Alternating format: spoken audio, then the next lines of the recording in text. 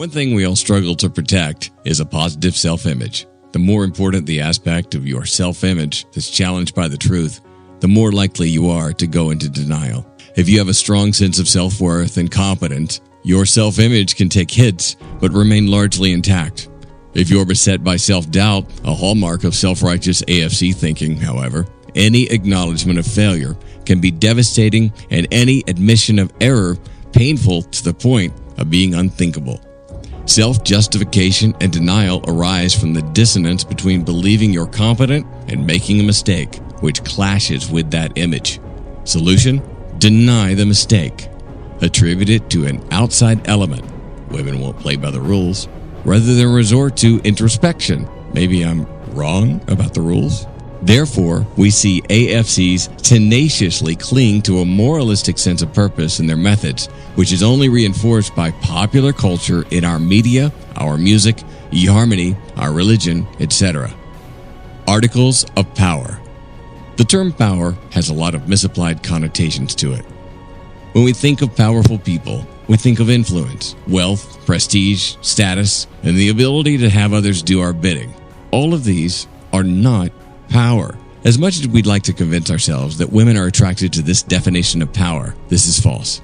Because what I've described as aspects of power here are really manifestations of power. Here's a cosmic secret revealed for you. Real power is the degree to which a person has control over their own circumstances. Real power is the degree to which we actually control the direction of our lives. When we allow our thinking, our personality disorders, and our mental schemas, combined with their accompanying behaviors, to determine the course of our decisions, we relinquish real power.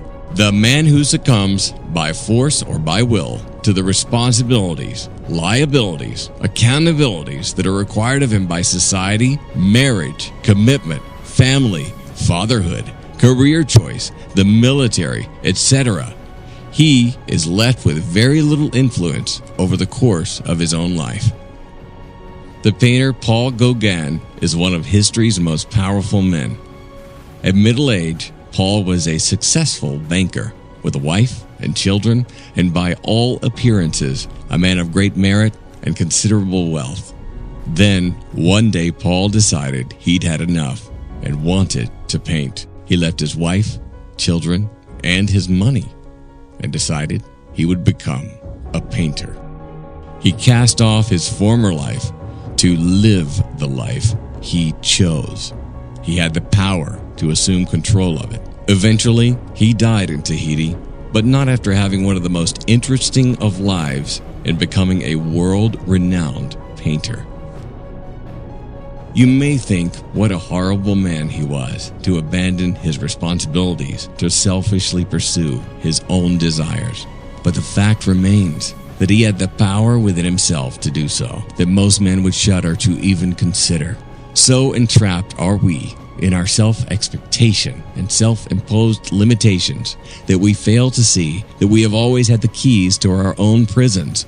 We're just scared shitless to use them.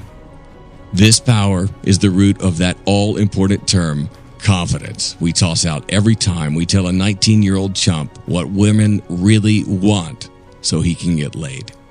It's this ability to make our own decisions, right or wrong, and to confidently own them that separate us from other guys. It's this self-guided power that evokes a seemingly irrational confidence to spin plates, to date non-exclusively, to assert ourselves, and to be unafraid to make ourselves the prize. And it's just this power that women want to be associated with.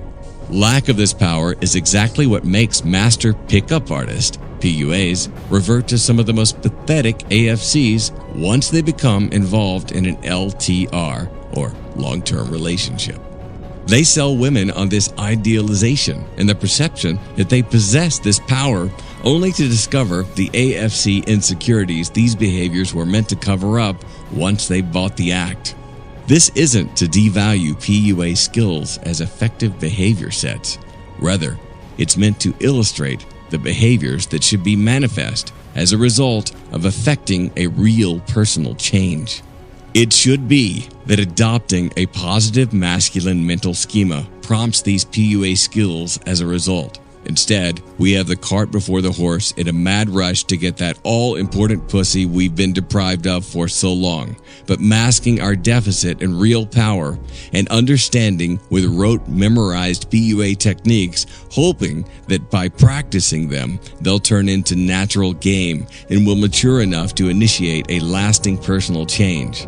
We'll return to this later. The soulmate myth. There is no one. Chapter 1.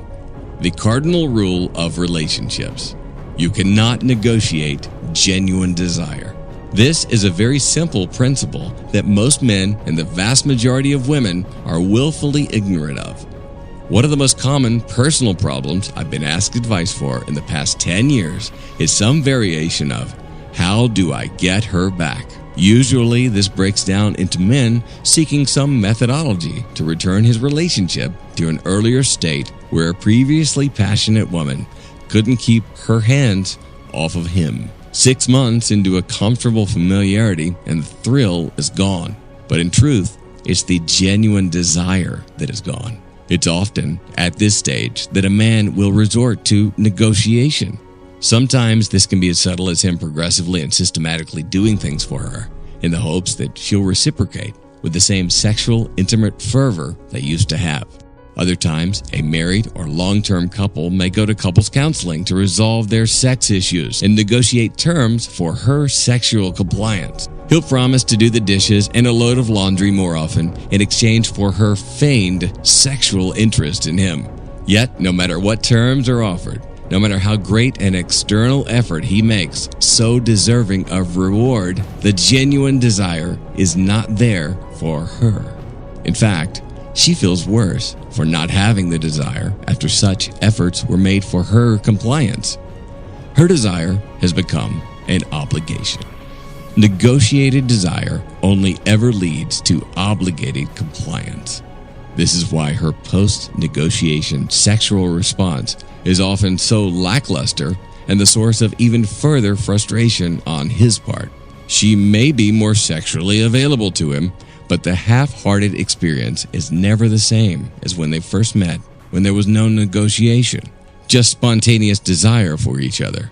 From a male perspective, and particularly that of an uninitiated beta male, negotiation of desire seems a deductive, rational solution to the problem. Men tend to innately rely on deductive reasoning, otherwise known as an if-then logic stream. The code is often something like this. I need sex, plus women have the sex I want, plus query women about their conditions for sex, plus meet prerequisites for sex, equals the sex I want. Makes sense, right? It's simple deductive pragmatism, but built on a foundation that relies on a woman's accurate self-evaluations. The genuine desire they used to experience at the outset of their relationship was predicated upon a completely unknown set of variables. Overtly communicating a desire for reciprocal desire creates obligation, and sometimes even ultimatums. Genuine desire is something a person must come to or be led to of their own volition.